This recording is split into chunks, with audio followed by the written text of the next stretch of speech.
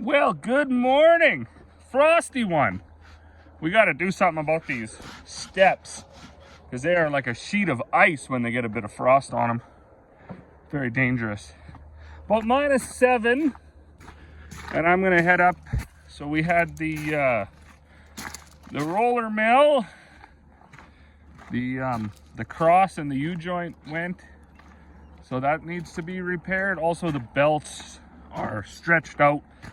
That the place that I bought that roller mill from, I mean, it's been sitting outside as long as I can remember. We used to pass it on the highway, so all the belts are weathered, right? So anyways, Dad has he's got the cross with him. I think he actually took the whole PTO shaft with him. So he's gonna run to town some point today, pick up those parts. I gotta message him and let him know what belt we need. In the meantime, I'm going to take this roller down and bring that other roller up because I need to roll a few tons to bag up. Instead of bringing the bag and stuff up here, we just we roll right into this truck. What's out in the field there, I wonder? Trees and a power pole, I guess. We roll right into this truck because it's usually so windy up here. The wind has just been howling the last 2-3 days. And, well, I mean, it's not fun to try to have a bag on the forks up here in the wind. I got a pretty good laugh the other day. I seen on social media, and I didn't go through the comments, but this younger guy was talking about the song where old Alan Jackson breaks a universal joint and has to use his finger. And I don't know, maybe your phone listens to you that much. I was talking about universal joints because this thing had left the chat yesterday.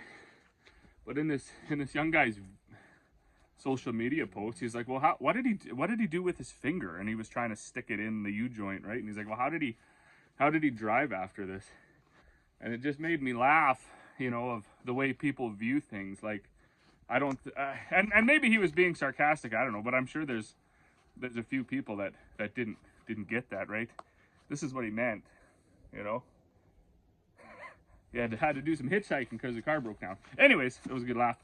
I think quite a bit there's a lot of stuff that we don't fully understand, and then we make some bizarre claims and judgments on it, right?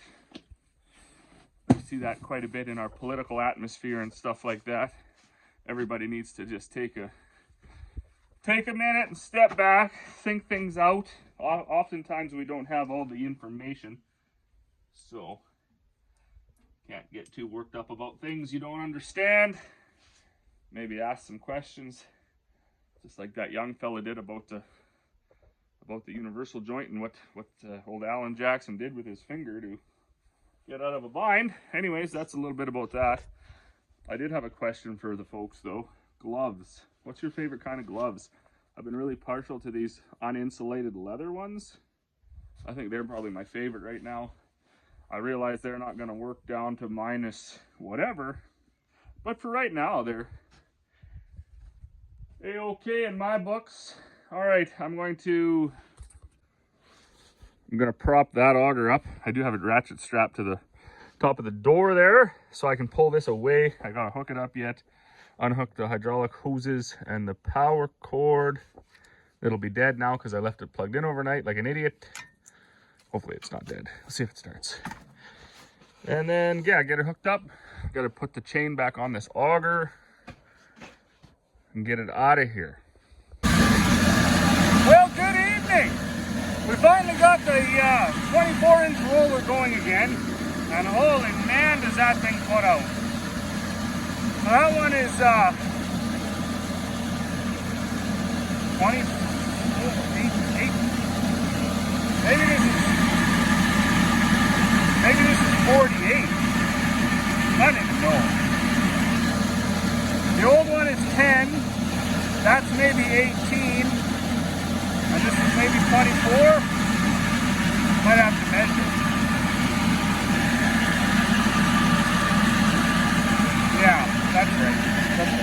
Anyways, like, it's like 10 times faster than that one. That one's got some worn out rollers for sure. We're gonna take those out and get them over to Moncton Machining to get them re-grooved. And then we'll keep that around. The 430 case, I'll take that and use it to roll oats or whatever. We've been progressing here to some guys want like whole loads of rolled barley, so this sure speeds that up. Buddy's in there managing the whole operation, but I think we're probably like, I don't know, 600 bushels an hour. It's absolutely insane.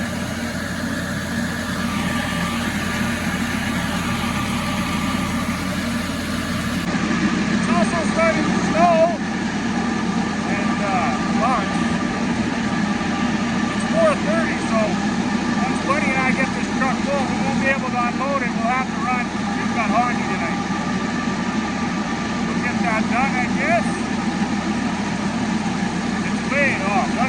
What a relief again. I tried to roll with that one yesterday. Oh, it was just forever. It did a nice job though. I think maybe even better than this Ren, but I don't have it dialed in yet. Climb in here and see what it looks like. So before it was chopping it up too fine, and now there's the odd whole one, but it's got usually the whole one's got a crack in them anyways, so I think I don't want it to be too much like chop, but I also don't want very many whole ones in there either. I had this discussion with a lady a couple of years ago. I said, like, when you're rolling right out of a bin, it's kind of hard to get the roller set right, because you're going to have some really plump kernels and you're going to have some really skinny kernels, and I don't and then of course some just get by. See that guy up there, it's got a crack in it, but it still looks whole. That one is just whole. Might have to tighten it up one crank. Anyways, it's crazy what that thing puts out.